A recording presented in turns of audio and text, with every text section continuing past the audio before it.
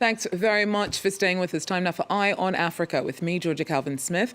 Tonight, Jacob Zuma is back in play. The South African former leader, once nicknamed the Teflon president, gets the green light to run in next month's election. Judges overturn a previous candidacy ban over his criminal record. Also, conflict between militia groups battling Congolese soldiers and regional peacekeepers persists in eastern DR Congo. 3 Tanzanian troops are killed in mortar attacks as Kinshasa struggles to rein in the violence. And ahead of the final stretch of the holy month of Ramadan, we head to the only African Islamic holy city, Harar. It was long closed to the outside world and has preserved religious traditions that have disappeared elsewhere. But first, the drama does not stop in the run-up to South Africa's May 29th election. Corruption-dogged former president Jacob Zuma now can run on behalf of the freshly minted MK party, because on Tuesday, the Electoral Court overturned an earlier ban on his candidacy. Now, the Electoral Commission had excluded him because of his 15-month jail sentence handed down in 2021 for contempt of court. He'd refused to testify in an investigation into graft allegations during his presidency. Now, he'll be going up in May against his former compatriots from the ruling ANC party, from which he is suspended because of his switch to MK. Anne Wenzel joins us now from Cape Town to unpick all of this. And so what happened? How has Jacob Zuma been allowed to run again when constitutionally, if you are sentenced to more than 12 months in jail, as he was, you cannot run for office? Why does that not apply to Zuma? So basically, right now, there is a lot of speculation around the why, because what we got today at about 4 p.m. was a very brief release, a short announcement, a brief court order that basically said, quote, the appeal has been successful. The decision of the Electoral Commission of the 28th of March 2024 is set aside. So that was what we got. So there's a lot of talk now around how this happened, why this happened, because the Council for the Advancement of the SA Constitution, even they said that they were surprised by the decision. That's the exact quote. We are surprised by the decision because, as you said, Section 47 is very, very clear. So amongst the chattering classes, listening to people just kind of gossiping, shock and awe and speculating, some people are saying, look, maybe this is just more proof of the depth and the breadth of Zuma's networks and connections in all the spheres, government, judicial, business, etc., because we really don't know why they made that decision.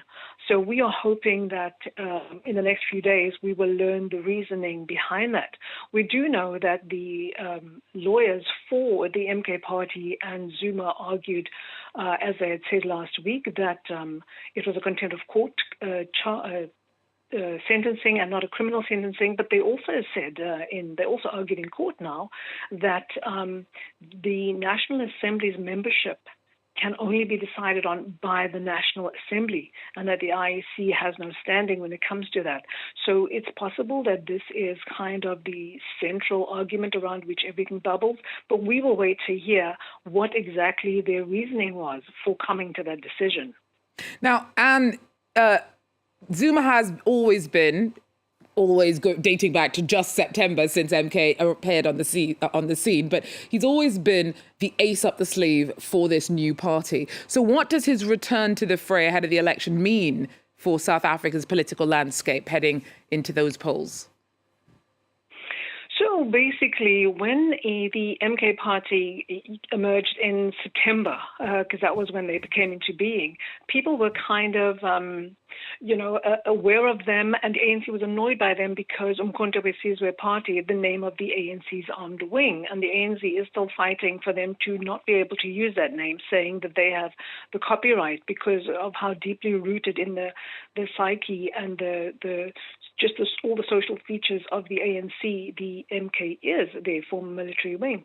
But Zuma himself went over to or joined the MK party in December. And that's when all the buzzing really started, because the 81-year-old Zuma has 60 years with the ANC. 60 years. I mean, I'm hoping to get to that age.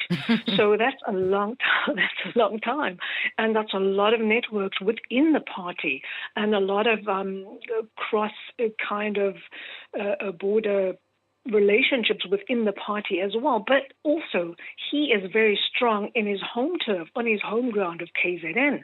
So the ANC has always needed him for him bringing KZN with him. And there's a number of voters, and also within the Zulu sector of South Africa that come with Zuma.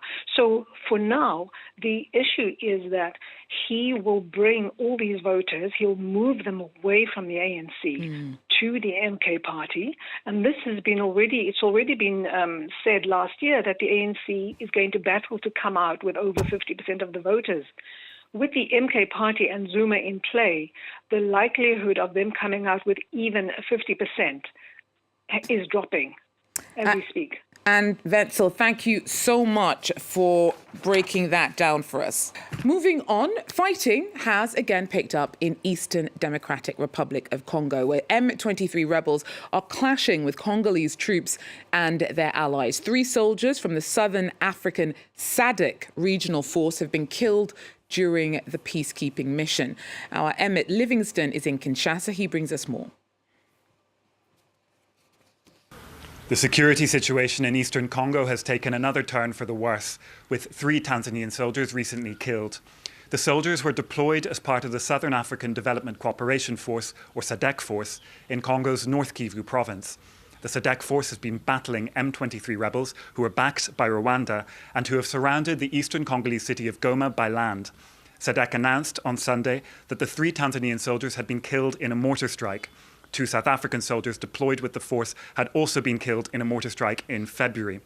Much of the recent fighting in the M23 conflict has been taking place near the town of Sake, about 20 kilometres to the west of Goma. Congolese soldiers, allied militias, and Southern African troops have been exchanging artillery fire with the rebels near the town. But clashes have also been reported elsewhere in North Kivu, and tens of thousands of people are continuing to flee their homes to escape the conflict, joining over 1 million people who have already been uprooted by the M23. The United Nations said on Sunday that over 165,000 people had fled the Rutshuru and Masisi areas of the province in March alone. According to an internal UN document, the situation is, and I quote, increasingly volatile. The fighting is happening not far from the border with Rwanda, where Kigali is commemorating the 30th anniversary of the Tutsi genocide. Well, this week, Rwandan President Paul Kagame hit back at reporters asking about Kigali's support of M23 rebels in DR Congo by saying that they deserve to be supported. Calling them the Tutsis of Rwanda, he claimed that the armed group is oppressed and denied their rights in DR Congo. Now, Kagame made the remarks on the sidelines of events in Rwanda marking the 3 decades since over 800,000 Tutsis and those who supported them were slaughtered in 1994. The mass killings have weighed heavily on the country's psyche, even amongst those born after the dark chapter. Clement de Roma reports. These students from the University of Rwanda are all under 30 and were born after the genocide against the Tutsis in 1994. As the commemorations approach, they gather to share their family experiences. Often my mother tells us that during the genocide she told her father that she would survive. She's the only one in the family who survived. Her father, her mother, her children were killed, and she remained alone.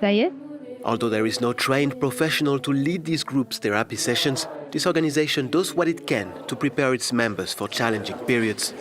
Authorities say that a quarter of Rwandans grapple with mental health issues, with even younger people showing signs of intergenerational trauma.